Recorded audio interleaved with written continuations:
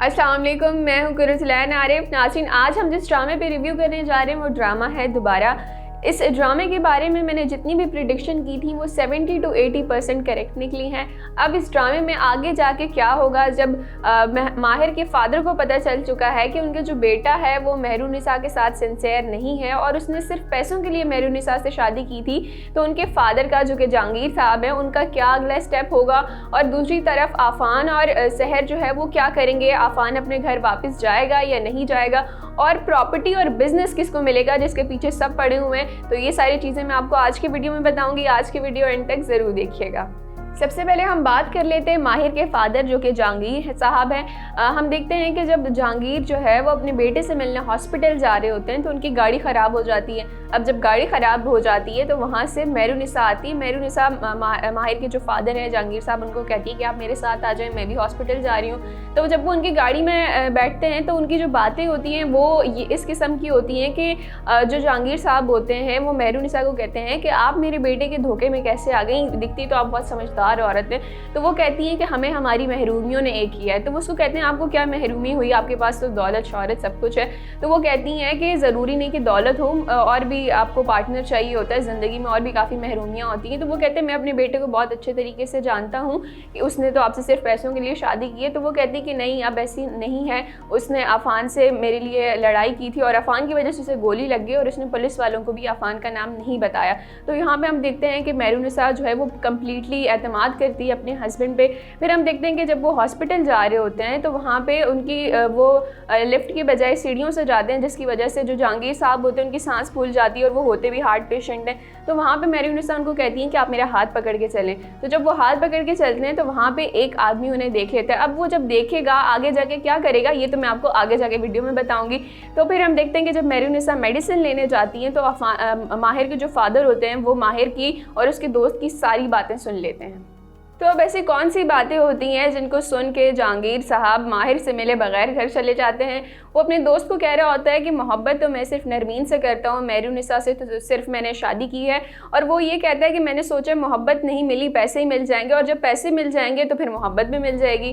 तो नाज़रीन, यहाँ हम देखते हैं कि माहिर जो है क्लियर हो जाता है और साथ में वो ये भी कहता है कि जितना बड़ा मकसद होता है उतना ही बड़ा रिस्क होता है। तो यहाँ पर हमें ये चीज़ क्लियर हो जाती है कि उसने जो आफ़ान से लड़ाई में उसको जो गोली लगी थी, उसने जो इतना सब कुछ किया था वो मेहरुनिसा को सिर्फ और सिर्फ इम्प्रेस करने के लिए किया था, ताकि मेहरुनिसा जो है वो इस पर एतमाद करे, क्योंकि उसको पता चल गया था कि मेहरुनिसा भी जो है वो इस पर इतना एतमाद नहीं करती। लेकिन अब उसने जब इतना सब कुछ कर लिया है तो मेहरुनिसा को उसने ट्रस्ट जीत लिया है और आगे जाके अब उसको उसका जो मकसद था प्रॉपर्टी और बिजनेस का वो सब उसको मिल जाएगा। तो फिर हम देखते हैं कि माहिर के जो फादर होते हैं वो दिल बर्दाश्त होकर घर चले जाते हैं और फिर वो ये सोचते हैं कि मेरा जो बेटा है ये मेरे घर से तो चला ही गया था लेकिन अब मेरे दिल से भी उतर गया है। और दूसरी तरफ हम ये देखते हैं कि सहर और आफ़ान मिनाल के घर जाते हैं, जहाँ मिनाल आफ़ान को ये समझाती है कि तुम घर वापस चले जाओ, क्योंकि तुम घर से जितना दूर रहोगे उतना ही उस लड़के के कदम मजबूत हो जाएंगे। तो वो कहता है कि उस लड़के के कदम ऑलरेडी मजबूत है, क्योंकि माँ ने मुझे अभी तक कॉल नहीं की। और सब उसको समझाते हैं कि तुम घर वापस चले जाओ, क्योंकि वो सारी जो प्रॉपर्टी और बिजनेस होता है उसमें तुम्हारा भी हिस्सा है, अगर तुम नहीं जाओगे तो वो सब कुछ उस लड़के को मिल जाएगा। लेकिन आफ़ान कहता है कि जब तक माँ मुझे खुद कॉल करके नहीं बुलाएंगी मैं नहीं जाऊँगा। तो यहाँ पर हम देखते हैं कि सहर जो है वो मिनाल को कहती है, जब मिनाल भी आफ़ान को नहीं समझा सकती तो फिर वो फुप्पो को कॉल करती है, दुर्दाना फुप्पो को, कि आप इसको समझाएं। तो दुर्दाना फुप्पो जो है वो कहती हैं कि ठीक है मैं मेहरुनिसा से कहूँगी।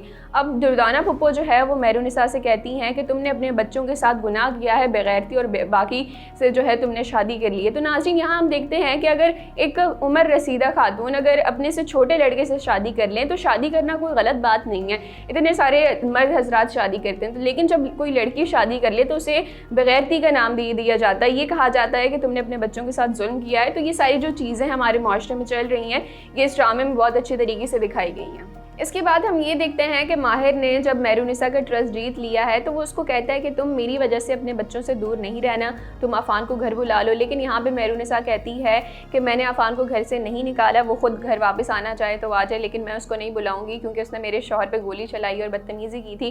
तो फिर हम देखते हैं कि उसके बाद जो है माहिर जो है मेहरुनिसा को फोर्स करते हैं, लेकिन मेहरुनिसा नहीं मानती।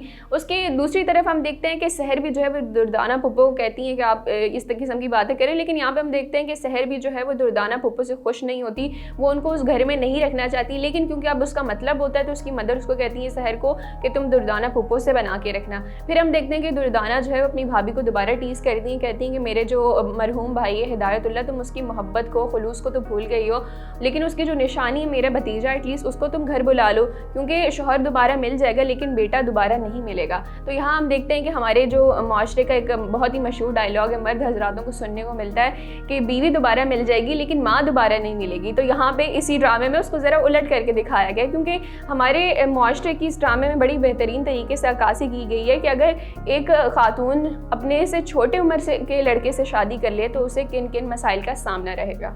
तो अब हम बात कर लेते हैं उस सीन की जो कि मैंने आपको पहले बताया था कि जब माहिर के फादर जहांगीर और मैनूनिसा सीढ़ियों से ऊपर जाते हैं और उनकी सांस फूल जाती है और वो हार्ट पेशेंट होते हैं, तो वो उसका कहती हैं कि आप मेरा हाथ पकड़ लें तो मैं आपको सहारा दे के चला सकूँ। वहाँ पे एक आदमी देख लेता है। अब वो आदमी ये काम करता है कि वो जाके जहांगीर साहब की दूसरी बीवी को बता देता है कि तुम्हारे शौहर को मैंने किसी और औरत के साथ देखा था और उसने उसका हाथ पकड़ा हुआ था। तो यहाँ पे उसकी जो जहांगीर की वाइफ होती हैं वो रोला मचा देती हैं। वो कहती हैं कि अब इस उम्र में तुम तीसरी शादी करने लगे हो, तुम सठा गए हो क्या। तो यहाँ पे हम देखते हैं कि दोबारा शादियों के सिलसिले में यहाँ पे अब जहांगीर साहब भी जो है इसकी पकड़ में आ गए, क्योंकि उन्होंने भी दूसरी शादी की थी, अब उन पे तीसरी शादी का भी इल्ज़ाम लग चुका है। तो नाज़रीन, अब ये ड्रामा ना बड़े इंटरेस्टिंग मोड पे आ गया। अब हम देखेंगे कि हो सकता है कि जो माहिर की जो सेकंड मदर है, स्टेप मदर, वो जाके माहिर को बोलेंगे तुम्हारी बीवी का मेरे शौहर के साथ अफेयर चल रहा है। कुछ इस किस्म की स्टोरीज भी हमें इस ड्रामे में देखने को मिल सकती हैं। उसके बाद हम देखते हैं कि ये जो सारी प्रॉपर्टी थी, ज़मीर जो है वो मिनाल को कहता है कि तुम्हें आफान की हेल्प करनी चाहिए, उसको तुम्हारी ज़रूरत है तो तुम जाके उसकी मदद करो, क्योंकि ज़मीर भी सारी प्रॉपर्टी के पीछे होता है। उसको पता होता है कि अगर वो किसी तरह माहिर को रास्ते से हटा दे तो आफान को भी वो कुछ ना कुछ करके हटा देगा और सारी प्रॉपर्टी हासिल कर लेगा। अब ये जो सारी प्रॉपर्टी है, बिज़नेस है, इसका जो असल मालिक है हम उसकी बात कर लेते हैं मैरूनिसा की। मैरूनिसा जो है हम देखते हैं कि वो माहिर से काफ़ी इम्प्रेस हो जाती हैं और फिर वो अपनी दोस्त से बात करती हैं, कहती हैं कि जो शख्स मेरे लिए जान दे सकता है मुझे नहीं लगता कि वो मुझे कभी धोखा देगा। और वो साथ ये भी कहती हैं कि मेरा अब से जो ऑफिस है और सारी बिज़नेस है वो सब कुछ माहिर संभालेगा, क्योंकि माहिर ने जो है वो अपना मैरूनिसा के साथ ट्रस्ट बिल्डअप करने में कामयाब हो गया है और वो यही चाहता था कि मैरूनिसा जो है वो उसको सारी प्रॉपर्टी दे दें, ऑफिस संभालने के लिए दे दें। अब ये जो सारी बातें होती हैं ये दुर्दाना फुप्पो सुन लेती हैं। अब वो क्या करती हैं, वो अफान को कॉल करती हैं और कहती हैं कि मैरूनिसा सब कुछ माहिर के नाम कर रही है और अगर तुम्हें अपना हक प्यारा है तो तुम वापस आ जाओ, अब तुम्हारी मर्जी है कि तुम्हें अपनी अना प्यारी है या अपना हक है। तो अब देखना यह है कि अफान क्या करता है, क्या वो अपने ससुराल में ही रहता है या फिर वापस चला जाता है अपने घर अपनी प्रॉपर्टी संभालने, बिजनेस संभालने, या फिर कहीं और रहने लग जाता है। तो ये जो ड्रामा है ये बड़ा इंटरेस्टिंग मोड पे आ गया है और फिर हमें आगे चल के ये भी देखना हो सकता है कि जो सहर है वो वापस घर चली जाए और जाके माहिर पे इल्ज़ाम लगाए, जिसकी वजह से मैरूनिसा जो है वो अपने शौहर से बदगुमान हो जाए। तो अब देखना ये है कि इस ड्रामे में आगे चल के मैरूनिसा के साथ क्या होगा, क्योंकि इस ड्रामे में दिखाया गया है कि एक औरत है जिसने खुद से छोटे उम्र के लड़के से शादी कर ली है। तो ना तो वो लड़का उसके साथ सिंसियर है और ना ही उसके बच्चे अगर सब उसके साथ हैं तो सिर्फ और सिर्फ इस वजह से कि उसके पास बिजनेस है, प्रॉपर्टी है। तो अब देखना ये है कि इस ड्रामे में आगे चल के क्या होगा, क्या मैरूनिसा की ज़िंदगी में भी कोई ऐसा शख्स आएगा, कोई ऐसा इंसान आएगा जो उसके साथ सिंसियर हो वाकई में। तो ये थी मेरी आज की प्रेडिक्शन। आप ज़रूर बताइएगा कि आपको क्या लगता है कि इस ड्रामे में आगे चल के क्या होगा। फिर हाजिर होंगे नए रिव्यू के साथ। अल्लाह निगहबान।